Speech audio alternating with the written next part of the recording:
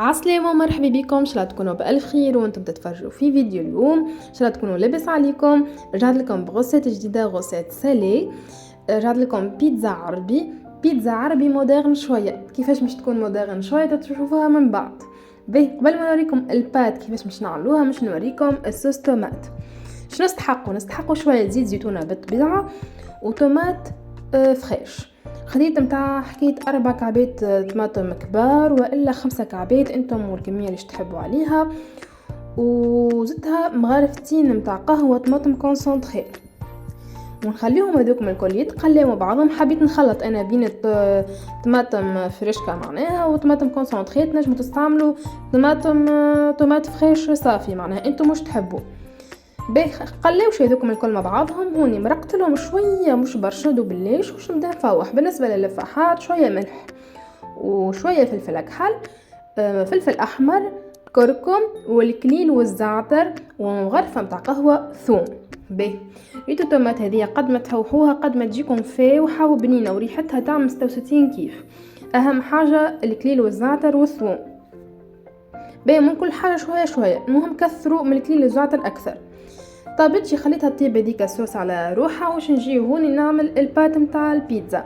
خديت الكيس كيما تشوفوا كبر الكيس، خديت فيه مغرفه نتاع قهوه سكر ومغرفه نتاع ماكله معبيه خميره خبز، وزدتهم الكيس غير بوع كيكا عبيتو ماء دافي. كيف تعرفوه ماء دافي كي تحطوا صباعكم في الماء ما يحرقكمش ويكون ماهوش بارد بيان سور دافي. نخليهم يتخمروا هذوكم يتخمروا. الخميره تتفاعل على روحها. حكايه درجينه كي 4 ساعه تاخوش برشا وقت. المهم كي تتنفج هكا هذيك خمرت والسكر يسرع عمليه التخمير. هكا هو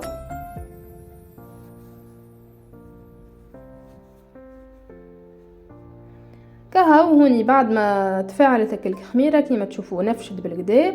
وهوني البات مش نعملوها بالياغورت الطبيعي. كيما تعرفوا الياغورت الطبيعي مهم جدا في العجين معناها في البات.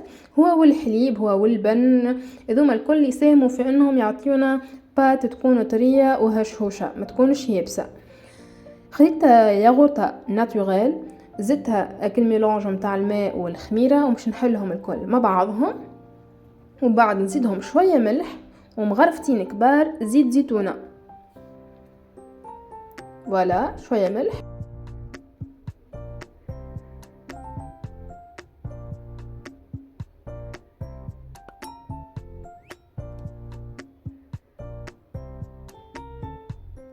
ونحركوا هذوكم الكل مع بعضهم ونبداو نزيدوا الفارينه. بالنسبه للفارينه عينك ميزانك. الحق ما كيلتش ما نجمش نعطيكم مكيال صحيح. عيني ميزاني قعدت نزيد بشويه في الفارينه لين تحصلت على التكستور اللي حاجتي بها. البات هذه ما تستحقش عجنان بالكل، خاطرنا البات ما تكونش طريه ما تستحقش عجنان تكون تتلصق في اليد. اتو تشوفوها تفهموني من بعد بالضبط كيفاش نقصد. قعدت نزيد في الفارينه من الاولى قعدت نحرك بالمغرفه خاطرها تتلصق على الاخر. وبعد نبدا نعجن بيديا لين تتلم شويه البات. اما تقعد تتلصق شويه في اليدين راه.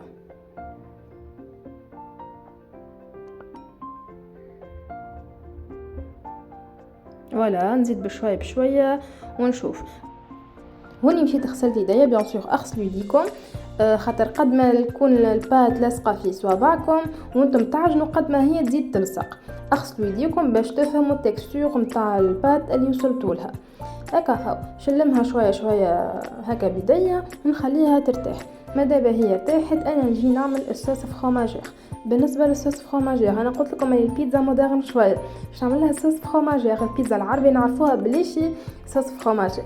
بالنسبه للصوص حطيت مغرفتين كبار زبده عليهم مغرفتين كبار فارينه نذوبوهم مع بعضهم شويه وبعد نزيدوهم 500 مل حليب. بالنسبه للتفويح حطيت شويه ملح شويه فلفل اكحل وشويه كليل ونواد نيوسكاد. هوني وريتهولكم للي ما يعرفوش حبيت نوريهولهم.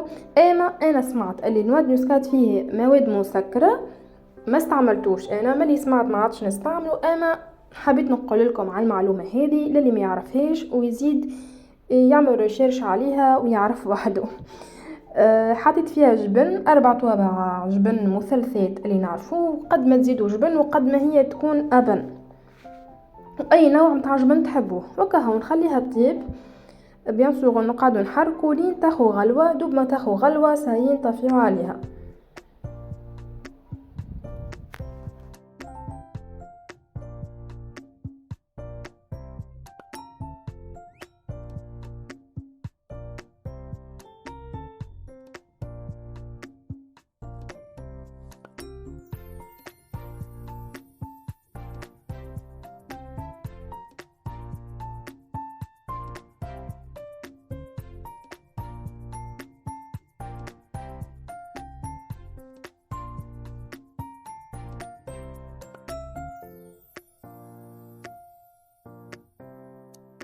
هوني شنجيو نعمل مع بعضنا البات. به دهنتك تبق بالفرينة، وش نجي نعمل بيتزا ثانيه. هذه البيتزا الثانيه معناها انا عملت كعبه قبل، وهذه الثانيه دونك الكونتيتي اللي عملتها من البات عملت لي كعبتين. به نحلك البيتزا بشويه فرينه بالطبيعه، ندهنوها من اللوطه ومن الفوق بالفرينه خاطر تتلصق البات، ونحلوها حلوها بيدينا. تنجموا تحلوها بالزيت، معناها تدهنوا الطبق بالزيت وهي بيدها البات تدهنوها بشويه زيت، وتدهنوا يديكم بالزيت وتحلوها. بالنسبه للخشن متاع البات انتم احرار كيفاش تحبوها. انا ما حبيتها في الوسط، اللي هي تجي خشينه كيما البيتزا العربي، ولا هي جيده كيما لي بيتزا نتاع لي ريستو. في الوسط حبيتها. باهي البات هذه تنجموا تعملوا بها بيتزا عربي تجيكم خشينه، نجموا تعملوا بها بيتزا في الوسط هكا معناها الخشن نتاعها كيفي انا، وتنجموا تعملوا بها البات بيتزا كيما لي ريستو، كي البيتزا كلي جويده على الاخر وتكون طريه وبنينه معناها وين تحطها تتحط. ونحط وك الصوص ياسر فاوحه وبنينه. انا نحط نكثر شويه معناها من الصوص، كلمه نحطش شويه على الاخر، نكثر شويه ونحطها في الفور. بيان سور الفور يكون سخون من قبل، اهم حاجه.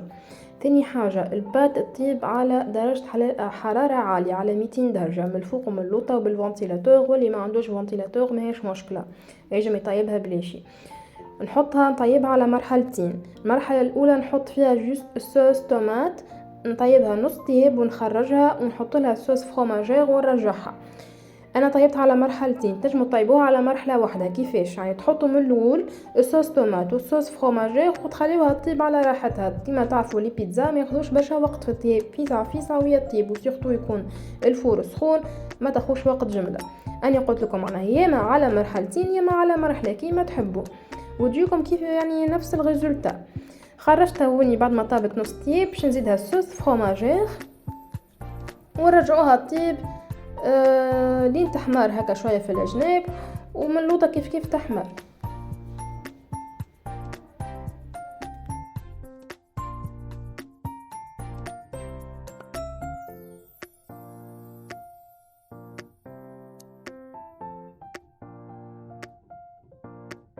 باهي هوني سي بون خرجتها. باش نجيو نزينوها شويه بشويه تون، شويه عظم مسموط، شويه جامبون، والجبن بيان سور يكون نوعيه سمحه باش تجيكم ماكل بنينه. انا قلت لكم بيتزا عربي مودرن شويه، احنا نعرف البيتزا العربي تكون فيها جوست شويه زاد جبن مش برشا، معدنوس زيتون وتن وعظم مسموط، هذا اش نعرفه. اما انا شخشختها شويه عليك، انا قلت لكم بيتزا عربي مودرن شويه، اما راهي بنينه. الكعبه راهي تشبعكم بالقدا، معناها ما تنجموش تكملوها تالمو مشخشها.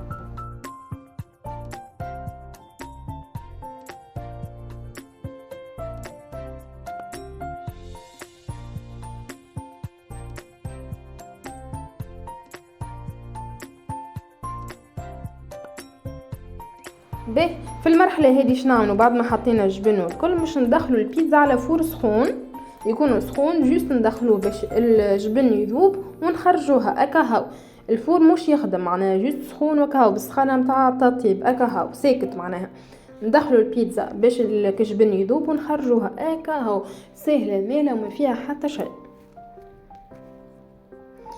المهم ان شاء الله تجربوها وان شاء الله تعجبكم، وكان جربتوها اكتبوا لي تعليقاتكم في لي كومنتات. ما تنساو جيم لي الفيديو، ابوني للشان يوتيوب متاعي، وملتقانا في فيديو اخر. بسلامه.